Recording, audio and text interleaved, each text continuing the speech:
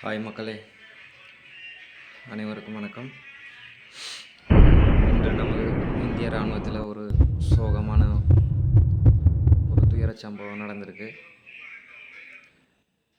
கேட்ட உடனே மிகவும் வேதனையாக இருக்குது.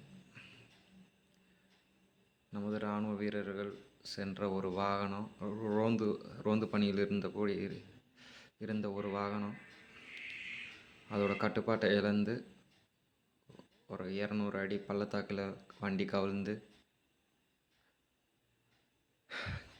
கிட்டத்தட்ட 10 இராணுவ வீரர்கள் உயிரிழந்துட்டாங்க. மீதி ஒரு 6-7 இராணுவ வீரர்கள் சிகிச்சை எடுத்துக்கொண்டு இருக்காங்க.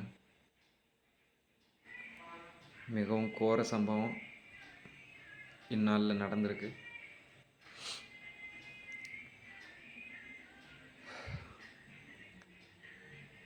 எந்தெந்த மாநிலத்தில் வந்த இராணுவ வீரர்கள்னு இனிமேல் தான் சொல்லுவாங்க.